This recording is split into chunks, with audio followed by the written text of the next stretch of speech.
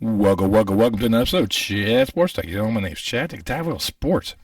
Welcome to the final week of the NFL season. That's right, Week 8 of the 2022-2023 NFL season is upon us. A lot of their vacations still floating out there. Can the Eagles win a division, number one seed? Can Aaron Rodgers and the Green Bay Packers make it back to the playoffs and resurrect a season that was literally put to death? Does Tomlin have his first losing season? Can the Patriots will away into the postseason? There's so many different scenarios out there. It is fascinating how much intrigue there is in this final week of the season, including who's going to pick number one in next year's draft. That's still up in the air. Get all that up there, including the latest of Damar Hamlin situation, and then some possibly unique aspects that could possibly happen in the NFL playoffs, and what the NFL's going to do about last Monday's game. But before diving on that, if you could go ahead and smash that thumbs up for me, especially like content provider, really appreciate you two guys, really help the channel out. You can also subscribe. Love you guys for reading my work, and I love you for doing that. Now, maybe subscribe. It doesn't cost you a dime. It helps me provide more content value for you. Well, let's start off with good news. Damar Hamlin has had his breathing tube removed. He is, as the doctors put it, the lights are on, and he's definitely home. He was communicating with the medical professionals the other day. He couldn't talk because of the breathing tube. He was writing down, using a pen and paper to communicate, ask questions, like who won the game. And they pretty much told him that he did. He won the game of life. Sure, he told him that his charity, I think on Get Up, is like close to $8 million. It is now raised because of the generosity of the American people and donating to his cause. So it's going to make a lot of people in this hometown area feel very happy, especially all the toys he's able to buy now with all that money. And he's really uplifted a lot of things. You can tell the signs of relief from Josh Allen and the Bills head coach. I mean, they looked relieved that he's still with us. They feel, that they have to go now and win for 3. That's their mantra now for Week 18. Sorry, Patriots, but yeah. You're in for a long day. But that's good news for Damar Hamlin. Congratulations. And shout out to the medical training staff who, if they didn't jump into action on Monday night, this could have been a lot different story. They executed CPR procedures properly to keep him alive. By staying alive, remember that's the new mantra. You got to stay alive. You got to interlock your hands and right over the sternum to beat the staying alive. And if it wasn't for the actions there, like I said, it would be a totally different story. So shout out to the trainers out there for Buffalo. Shout out to the fans of the Cincinnati Bengals and Cincinnati football team and the whole community out there that were supportive of the Bills during this entire process. Shout out to NFL for recognizing certain situations and realize that it's not always about football. It's also about the game of life. And with that being said, the NFL has decided that it will now cancel the matchup between the Bills and Bengals. They're trying to replay it. The main reason is they didn't want to shuffle the entire postseason for one play that had no playoff clinching ramifications. Which is true because both teams were already in. There were other ramifications in it, but because it didn't say if they got in or not, they were in there. Now, with that being said, there's a few potential scenarios that could play out, which are being proposed right now, and NFL owners could be deciding whether or not to do this. Is with the Baltimore-Cincinnati game, if Baltimore wins, they still will not win the division because they're half game out. However, It will be a coin toss to figure who would host that said game. I mean, because technically, if Cincinnati would have lost to Buffalo and Baltimore beat Cincinnati, Baltimore would be hosting this game anyways. But because then they don't have the opportunity to do that. But for the rest of the playoffs, they still maintain their positioning. So Baltimore only have that one home game, and that would be it if they won that one. That one I'm not too sure about. Because if you're going to determine, who's going to beat, 3 and 6, basically is what's going to end up being down to. Why not just switch the positions as well? But the other one that there's a possibility, and I think the NFL probably would go with this one, is dealing with the top 3 teams. If they end up winning, losing, whatnot, and they facing at the end. Now, if Buffalo and Kansas City both win or tie, the Bills-Chiefs championship game will be at a neutral site. Because technically the Bills are the number 1 team. But because they didn't play the game, the Chiefs are ahead of them. The Chiefs would get it. This will allow for this game to be played out somewhere out like Atlanta. Big, huge stadium that, they could bring in the fans. Another one is if Buffalo and Kansas City both lose and Baltimore wins or ties. Once again, the Bills-Chiefs championship game will be a neutral site. If Buffalo and Kansas City both lose and Cincinnati wins, there's also a possibility. If Bills or Bengals versus Chiefs will be at a neutral site.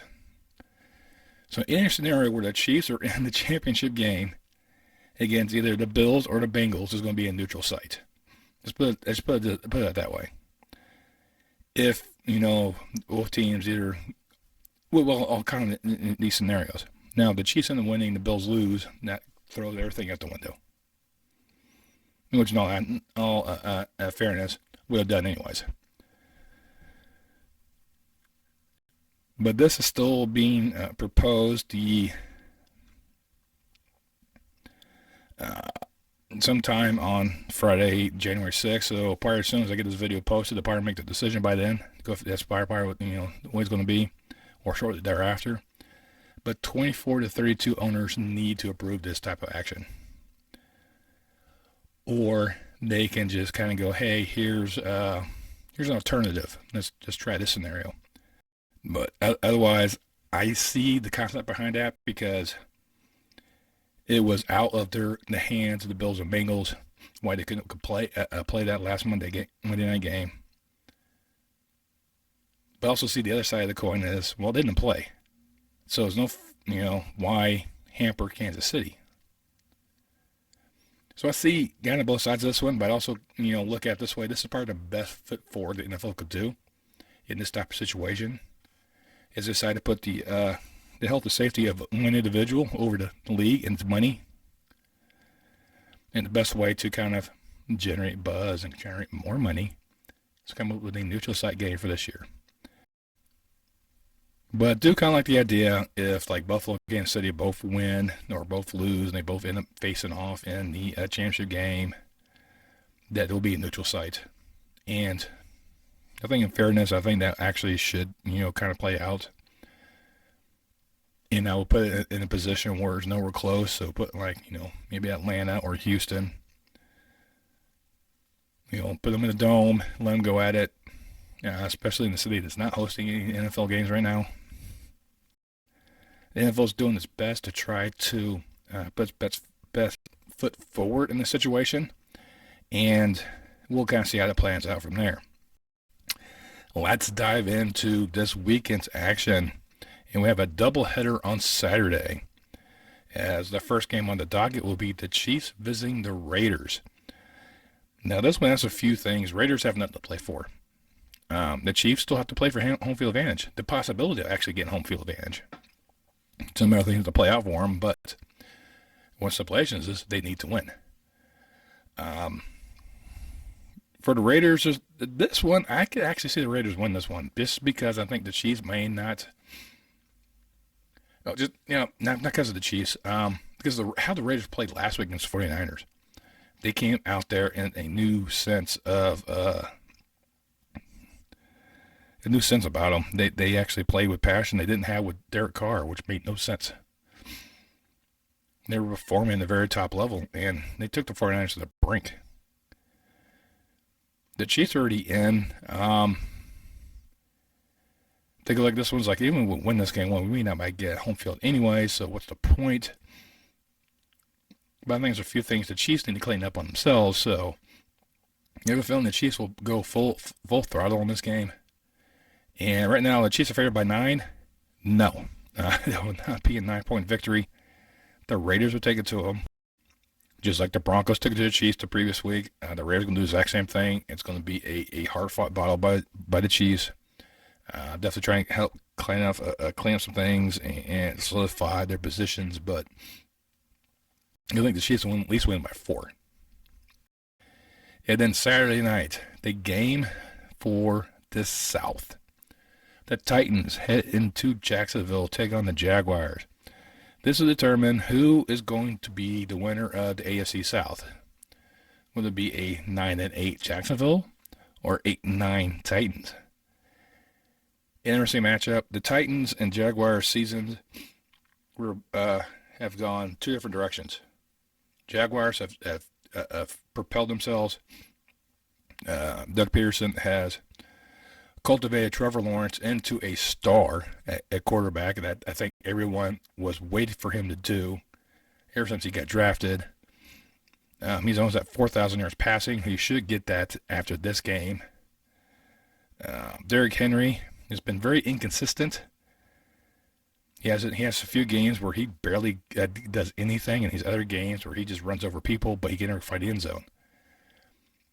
I think he still have a very viable game because he's very short, 1,500 yards. I think he should be able to get that. He only needs 71. So I'm sure he's going to find a way to get into get his yardage. Jacksonville's favored by 6.5 right now. It's going to be closer than that. I'm still going the Jaguars to win the division and make it to the playoffs. Totally just destroying what my preseason prediction was for this. But I'm going to probably say it's going to be like a 3-point victory, but I have the Jags winning the South. We'll make this one quick because we're heading to Chicago. The Bears playing host to the Vikings. Justin Fields is not playing. He is out. Chicago has nothing to play for. Minnesota has nothing to play for. Minnesota's favored by 7.5. Actually, Minnesota does have some possibility maybe make a 2 seed instead of a 3 seed. Or maybe they just want to lose this one so that way they don't have the opportunity to play Green Bay again. I mean, there's a lot of things going on in that mind right there. And for me, I think Chicago is too bad for Minnesota to kind of take this game. Minnesota's favorite right now by 7.5. I think it'll be closer. I think it'll be like a 4-point victory, but I do have the Vikings winning in Chicago.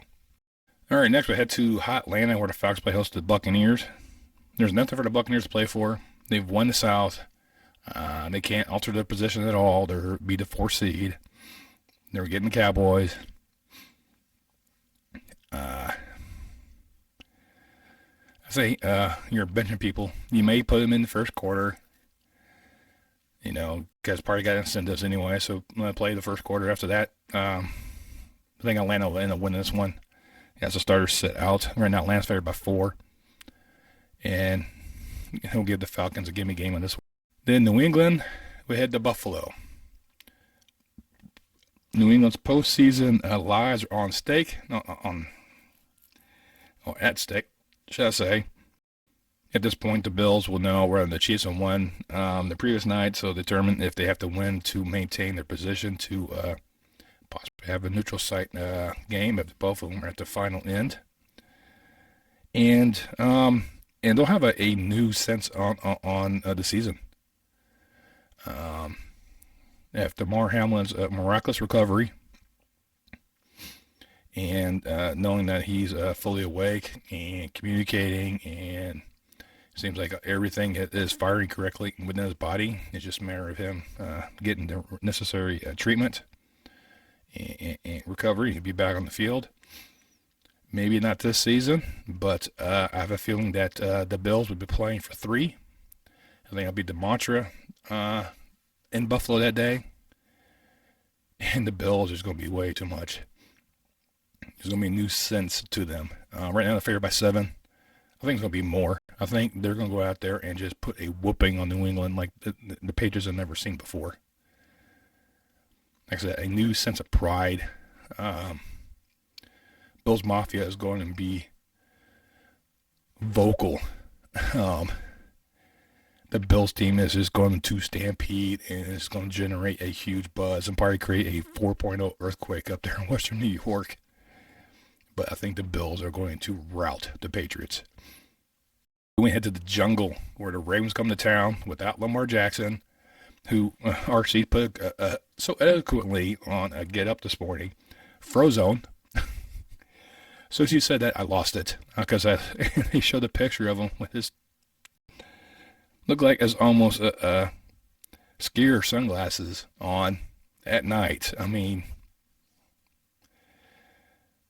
asking his wife where his super suit is. Hardball, he just looks so out of it that he doesn't know what to think about this whole situation. It's because you didn't pay the man.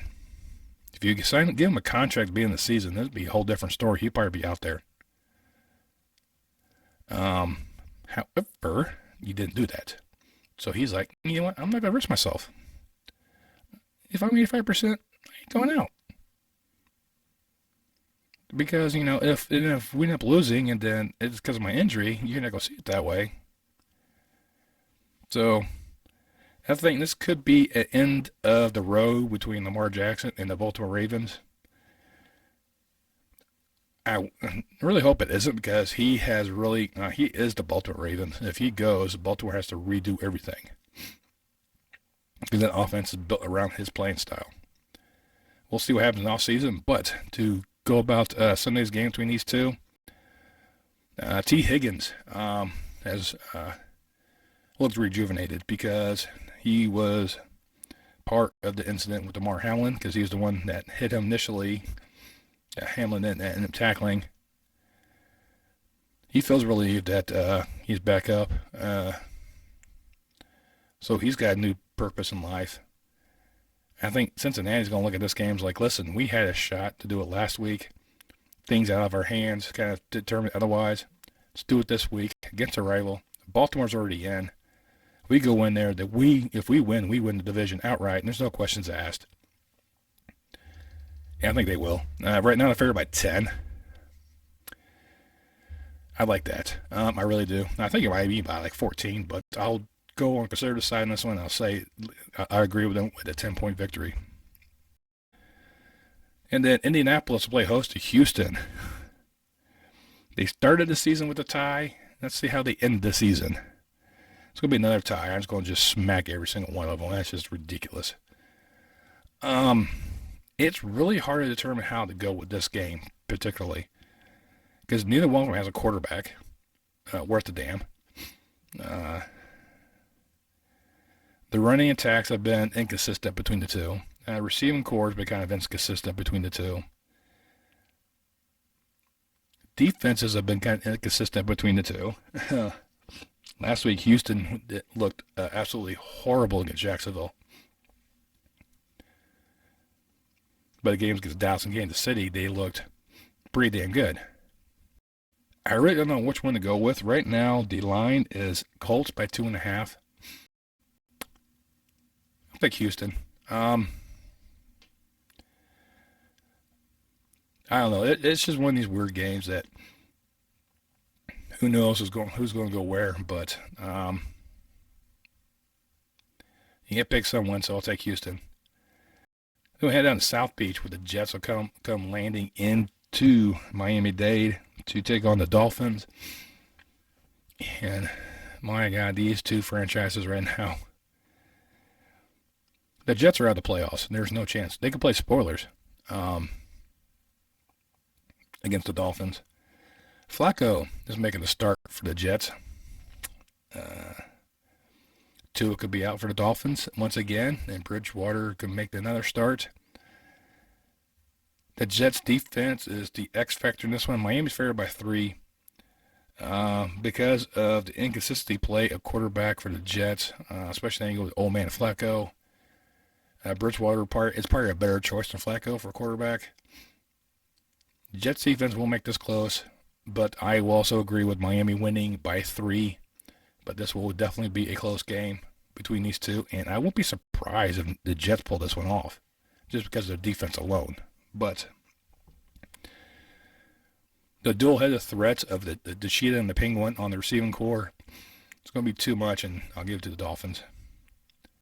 Then we have Carolina heading over to New Orleans. There's really nothing to play for between these two. This is really just pride. Right now, Saints favored by 3.5.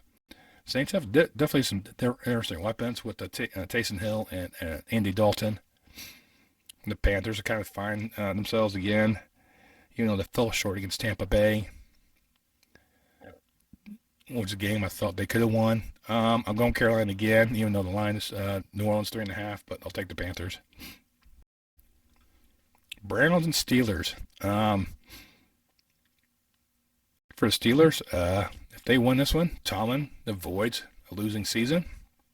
And I've been saying it's going to be his first losing season for a couple of weeks now. And much like Aaron Rodgers of the Green Bay Packers, they've kind of told me just sit there and be quiet. And it's really kind of hard to determine how this game's going to go, because Cleveland on paper still has a very good team.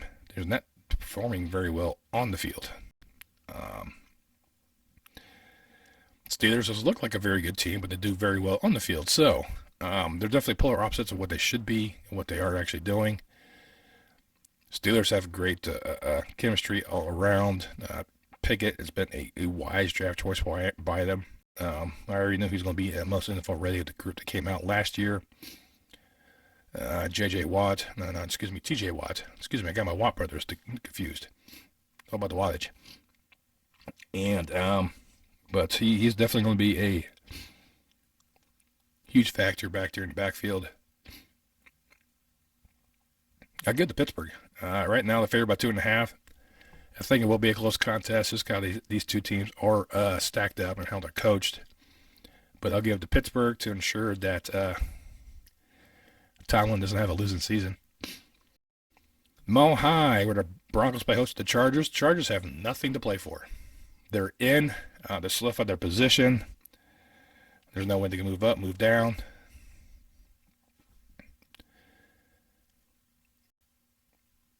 There's nothing on the table for them. Right now, Denver's favored by 3. I like that. I'll go with the Broncos. They found a new life without Hackett, and I think that's going to accelerate in this game. And hopefully this is a trend for Russell Wilson in Denver. Who knows? But I'll take Denver as well. All right, next up, you'll have the Giants taking on the Eagles of Philadelphia. The Giants have nothing to play for. They're in. There's no change in their position. They're stuck where they're at. You can't leapfrog Dallas to go take on Tampa Bay. They're either going to Minnesota or San Francisco, possibly. They're number 6. That's where they're at. They're happy with that. They'll be resting players. The question marks goes to Philadelphia and Jalen Hurts.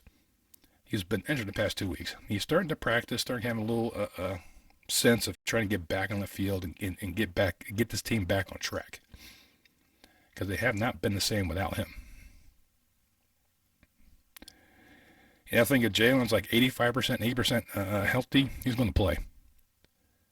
He's going to have to play. He's got to get rid of that in-game rest now as I wait to the playoffs. But that time frame, you're already sitting at home for a week. Someone's coming there red hot. You got to be 100%. I kind of like those odds. Right now, Philadelphia's favored by 14. I don't see it happening that much, because I think first quarter, both teams have every starter out there. Second quarter, that's when the Giants will start benching. I think the third quarter is when the Eagles will start benching, because they'll have enough of a lead then, but then it's going to be the backups in there, and this one's going to be a little bit closer. But I think at least a 10-point victory, and Philadelphia should win. Then we head out to Santa Clara, where the 49ers will play host to the Cardinals. And this one I kind of go back and forth on.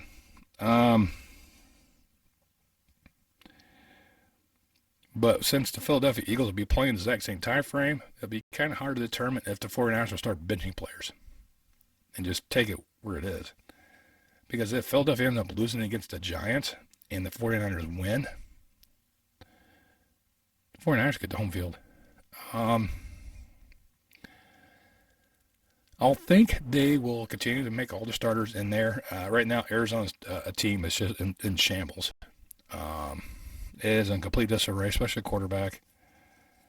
J.J. Watt's going to be his last year, his last game, and I think it'll be a bad one for him. Right now, 49ers figured about 14. Once again, I don't think it'll be that much. I think the Cardinals will make it a game at the end. Make it a game at the end. Too little, too late, because by that time frame, all the backups will be like the 49ers' fifth-string quarterback playing.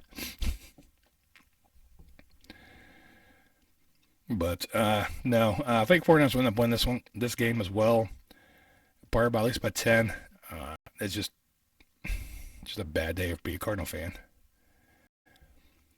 Now, Lions head up to Seattle, take on the Seahawks. This is Bobby Wagner's return.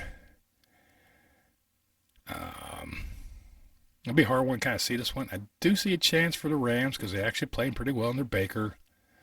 Seattle's defense is nothing to be scared of, so he should be able to have opportunities to make those plays. It's Seattle offense, I think, is more of a X factor in this game than anything else. The Rams defense is just a shell of his former self. But I think Wagner's going to try and make his presence known, especially against Geno Smith, some of his ex-teammates on that team. But I am going to get this one to Seattle as well. They're favored by 6. Kind of like those odds myself. Yeah, I think it's just too much on that Seattle's offense, and they need to win this game to maintain pressure, because if they win and Green Bay loses, they're in. So they have more to play for, and I'll give it to the Seahawks. Then we have the Cowboys taking on the Commanders. The Commanders are just a complete mess right now. They had opportunities to head into the playoffs. They were behind Heineke. They just beat Philadelphia. They're riding high. That was their peak. That was it. They were done. This team has no stamina. They can't stand upright anymore. So, I mean, they're back to Heineke as a starter. The Cowboys are playing most of their starters most of the game, because there's a lot of things that need to be cleaned up on this team. Period. Dot. There's still a possibility of them possibly winning the division. So there'll be party scoreboard watching. Probably get caught short a couple times by Washington.